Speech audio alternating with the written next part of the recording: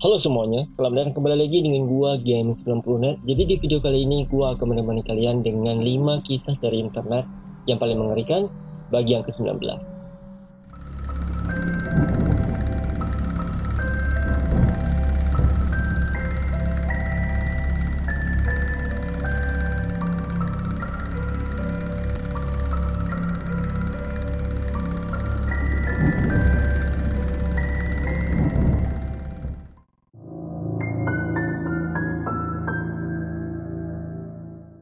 Jadi di sini ada seorang streamer game yang pada saat itu sedang mabar bersama dengan temannya. Nah, pada saat si streamer yang bernama Ceco ini sedang asik bermain, tiba-tiba lampu di bagian belakangnya itu kayak mati dan hidup sendiri. Otomatis dong saat itu juga temannya ini langsung bertanya ke si Ceco. Dan dia tuh nanya, Cok, lampu di bagian ruangan belakang lu itu ada yang matiin ya? Saat itu Ceco bingung nih. Hah? Lampu di ruangan belakang? Itu nyala kok. Pas diliatin sama si Ceco itu memang nyala. Dan si Ceco itu juga ngomong kalau Doi itu tinggal sendirian di ruangannya, di rumahnya ini sendirian. Ay, cabrón. Chale, sí se ve medio erizo, ¿eh? ¿Y qué tengo que... ¡Ay, me asustó tu voz, Chacho! Es que tengo súper alto el Discord. ¡Ay, me asustó tu voz, Chacho! Es que tengo súper alto el Discord. ¿Así? Creo que sí, güey. La luz de atrás se prendió. Simbólicas creo que son. No, es que dijo eso. Sí es cierto, güey. No hay alguien, ¿no? Quiero creer que sí, quiero creer que sí. Mamá. No, pues estoy solo acá arriba yo, güey, de verdad, o sea, vivo solo acá arriba. No, es neta, miren, estoy temblando, se los juro. Esperen, voy a apagarla porque pues no, qué miedo. Voy a seguir jugando, esperen. Saat itu Ceco melanjutkan lagi gamenya. Cuma nggak lama setelah itu tiba-tiba Doi kayak mendengar ada suara barang yang terjatuh. Dan untuk memastikan kalau di rumahnya ini aman dan memang gak ada siapa-siapa, saat itu juga si Ceco itu langsung nge-pause gamenya dan langsung pergi ke belakang untuk ngecekin sebenarnya apa yang bunyi barusan. Yo también, porque la verdad yo no creo. ¡Hola! No, espérate, güey. Espérense. Ahora sí se escuchó algo, espérame. ¿Fue la puerta de tu cuarto? No sé, güey, pero espérame que ahora sí se escuchó algo, espérame.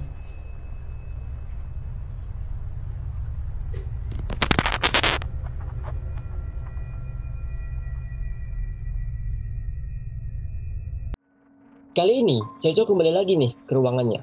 Dan kali ini Doi datang sambil ngebawa sapu dan ngejelasin kalau barang yang jatuh, suara yang jatuh, ini adalah sapu yang Doi letak di belakang.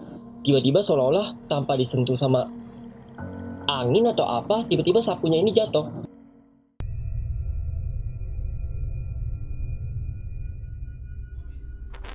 Me acaban de tirar mi jalador del baño al piso, se los juro. Se los juro que no hay nada aquí atrás en mi cuarto. O sea, literal estoy solo, pero me acaban de tirar. Me hicieron esto así.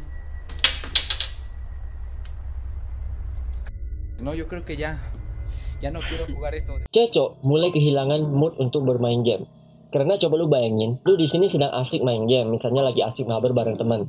Tiba-tiba ada gangguan yang aneh kayak begini. Ya otomatis dong mood lu untuk yang tadinya pengen main game itu pasti bakalan hilang. Déjenme ir a dejar esta madre.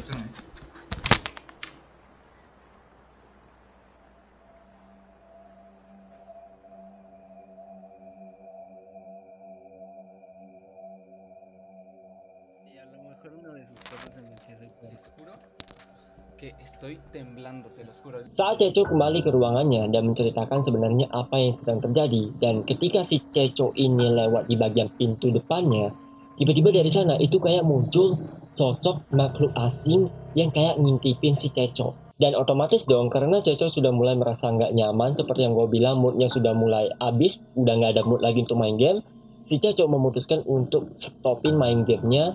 Cuman nggak lama setelah itu, ini yang terjadi. Voy a abrir otra cosa.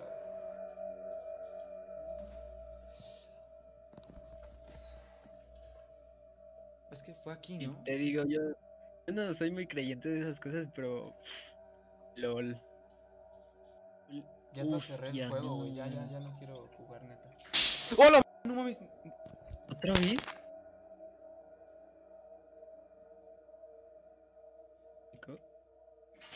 ahí. No, güey, ya se está, no sé si, neta, ya se está poniendo feo esto. ¿Qué rollo entonces No, te no, metiste pues a la si de quieres ya prueba de... paga. Voy a parar el stream, perdón, porque ya me espanté, ahí nos vemos.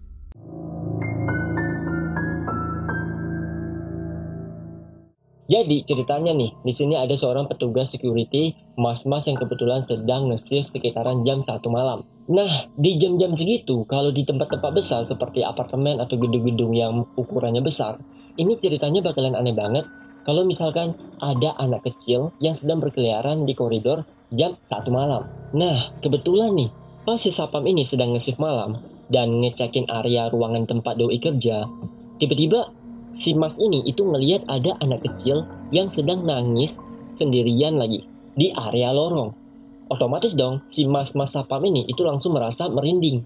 Karena tempat yang dijaga sama Mas Sapam ini itu adalah bangunan kuburan yang kabarnya ini sudah berdiri dan masih aktif selama 30 tahun. Dan dalam waktu selama itu si Mas Sapam ini itu memang belum pernah mendengar kayak adanya fenomena penampakan setan lah atau segala hal aneh lainnya. Dan pas banget ketika doi di malam itu mengalami ngelihat ada anak kecil yang sedang nangis di area lorong, saat itu juga si mas-mas ini itu langsung memberanikan dirinya untuk berjalan menuju ke arah si anak kecil tersebut. Cuman entah apa yang ada di kepala si Mas Sapam ini yang tadinya udah berani banget untuk maju mendekati ke arah si anak kecil ini, tiba-tiba pas udah dalam jarak yang begitu dekat, si mas-mas ini itu langsung lari kabur ketakutan. Y bueno, pues es un panteón relativamente nuevo, tiene alrededor de 30 años funcionando. Sí se ve algo tenebroso, pero pues supongo que así son todos los ¿Qué onda? ¿Qué es eso?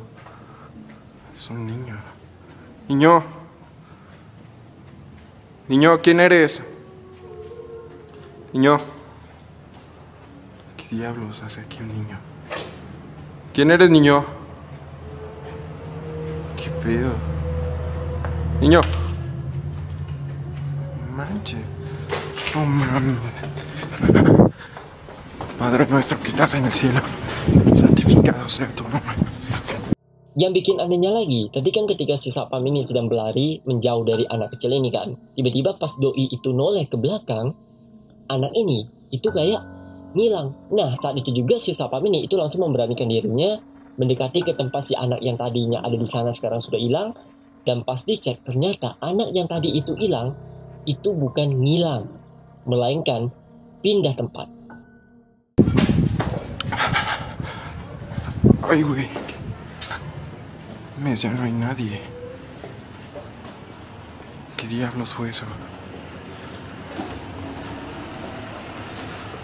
No mames, yo lo vi. Nadie me lo contó, yo lo vi. ¿Qué onda? No mames.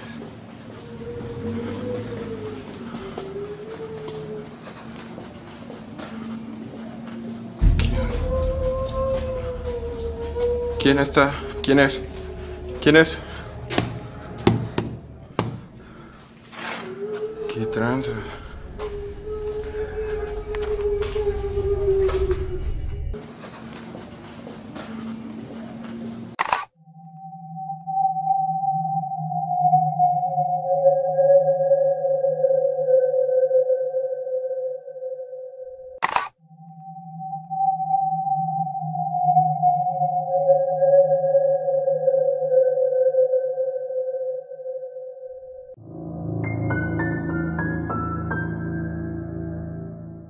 Cerita kali ini berasal dari sebuah akun bernama Begin N.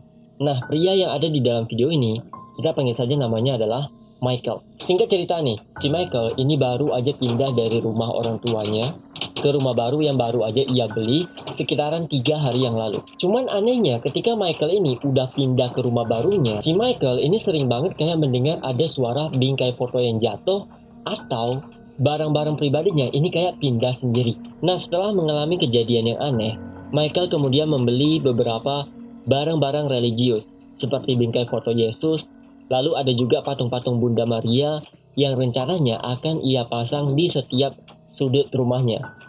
Nah, pada bulan September sekitaran jam 11 malam, tiba-tiba si Michael ini malah mengalami sebuah fenomena yang sangat aneh, sekaligus ini adalah sebuah peristiwa yang membuat Michael menjadi takut untuk tinggal di rumah baru ini sendirian. Jadi, hal yang membuat Doi ketakutan ini adalah ruangan garasi miliknya.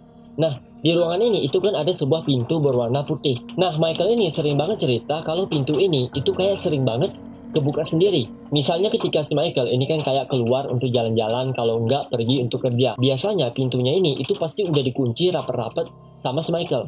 Cuma ketika Doi ini pulang ke rumah, ternyata saat itu juga si Michael itu nemuin pintunya ini kebuka sendiri. Jadi pintu Michael ini bukan kebuka gara-gara ada maling yang buka. Karena kalau misalkan ada maling yang buka, mobil si Michael ini pasti otomatis udah dicolong, udah diambil sama orang ini. Kalau enggak ya barang-barang pribadinya itu pasti udah langsung kecuri. Tapi barang-barangnya serta mobil pribadinya itu nggak ada yang hilang, men. Pas malam harinya, di waktu Michael mau tidur, Doi juga ngalamin hal yang sama. Pas dicek ke ruangan garasi, pintunya itu kebuka sendiri. Michael saat itu benar-benar kebingungan dengan apa yang ia alami. Bahkan saat itu juga si Doi itu langsung ngerekam fenomena yang ia alami secara live, dan tujuannya itu pengen ditunjukin atau diceritain ke teman-temannya. Dimana di sini ketika si Doi itu sedang ngekunci pintu garasinya, pintunya ini itu benar-benar udah kekunci, dan ketika si Michael ini balik badan ngadap ke belakang dan pas toleh ke depan lagi, pintunya itu kebuka lagi.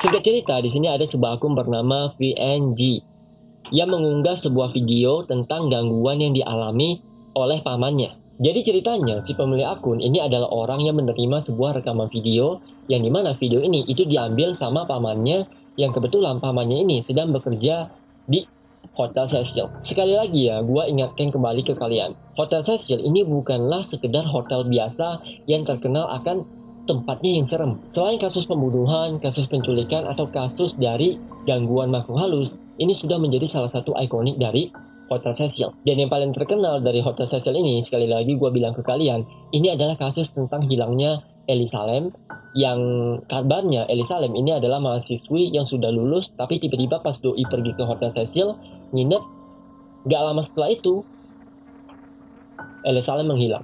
Untuk kalian kalau misalkan nggak tahu background dari Ellie Salim, kalian bisa aja cek videonya karena gue juga udah pernah bahas tentang kasusnya si Ellie Salim.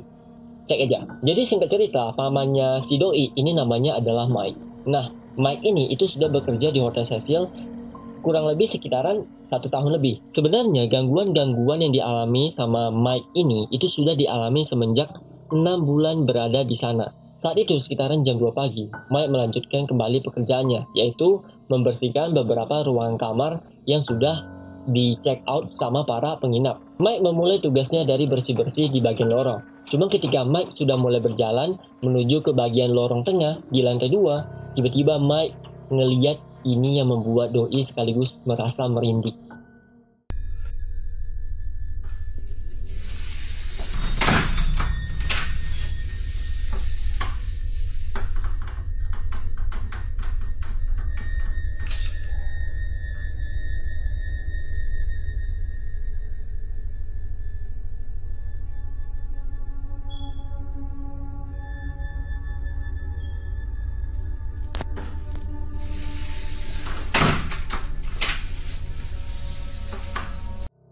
Gua aneh bro, jadi gini, kalau misalkan pintu ini itu kan ada orang yang sedang sembunyi atau yang sedang ngumpet.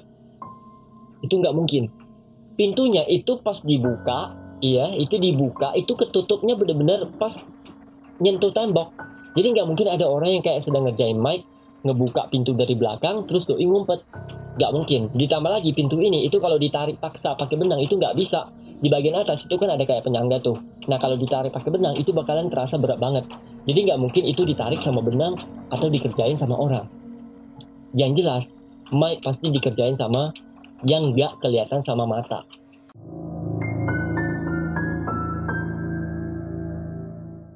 Singkat cerita, di sini ada sebuah channel YouTube bernama La Dimension Oscura.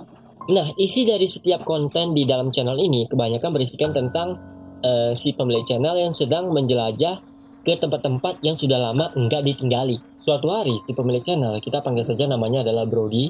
Nah, si Brody itu memutuskan untuk menjelajah ke sebuah apartemen yang kabarnya tempat ini itu sudah enggak dihuni selama 3 tahun lebih. Nah, beberapa rumor yang beredar dari apartemen yang sudah nggak berpenghuni ini, yang katanya sudah nggak ada orang semenjak 3 tahun, itu sebenarnya ada beberapa background yang memang tidak menyenangkan. Salah satunya yang paling terkenal dulunya di sini ada seorang wanita berusia 23 tahun, yang kabarnya cewek ini itu diperkosa oleh 3 orang yang tidak bertanggung jawab.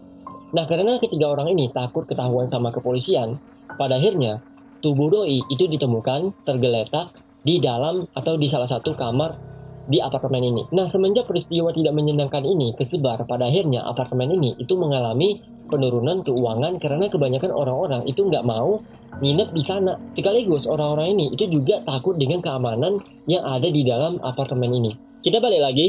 Jadi sekitaran jam 10 malam, doi datang ke apartemen tersebut dan mulai menjelajah sekitaran 35 menitan. Awalnya pas doi sampai di lokasi dan masuk ke lantai 1 di ruangan resepsionis, doi tidak menemukan hal-hal aneh. Begitu juga dengan lantai 2, doi menemukan ruangan kamar yang tertutup rapat, terkunci, dan terdapat banyak sekali mesin cuci. Dan sekali lagi, tidak ada keanehan. Nah, ketika doi naik ke lantai 3, ternyata dari sinilah pria ini menemukan seseorang yang sedang duduk dekat dengan mesin cuci. Dan gua mau coba kalian fokus liatin videonya karena sosoknya ini itu akan muncul dan ngilang dengan cepat.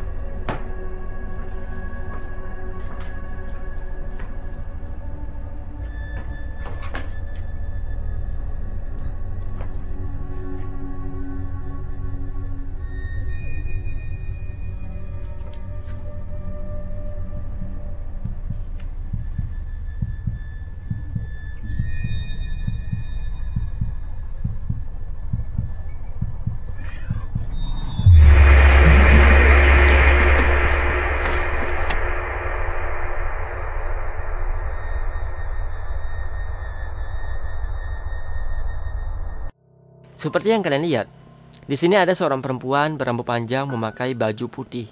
Saat itu, si doi mencoba untuk bersembunyi dan mengintip secara diam-diam.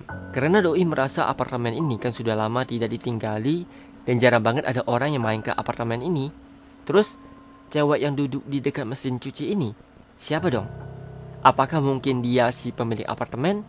Kan gak mungkin lah pemilik apartemen masa duduk di luar ruangan. Nah, pas di detik-detik si doi mencoba untuk bersembunyi sambil ngintipin, ternyata sosok yang tadinya duduk langsung muncul di hadapan kamera si doi dan posisinya itu dekat banget dan benar-benar bikin merinding. Oke, itu dia video kita hari ini tentang 5 kisah dari internet bagi yang ke-19. Seperti biasa, kalau kalian suka dengan video gua kali ini, kalian bisa kasih gua like dan share video ini. Dan kalau kalian gak suka, santai aja kasih gua dislike. Dan jangan lupa juga untuk support gua dengan cara tekan tombol subscribe yang ada di bawah ini, supaya kalian gak akan ketinggalan notif informasi terbaru saat gua upload video baru, guys. So see you guys on the next video and still most.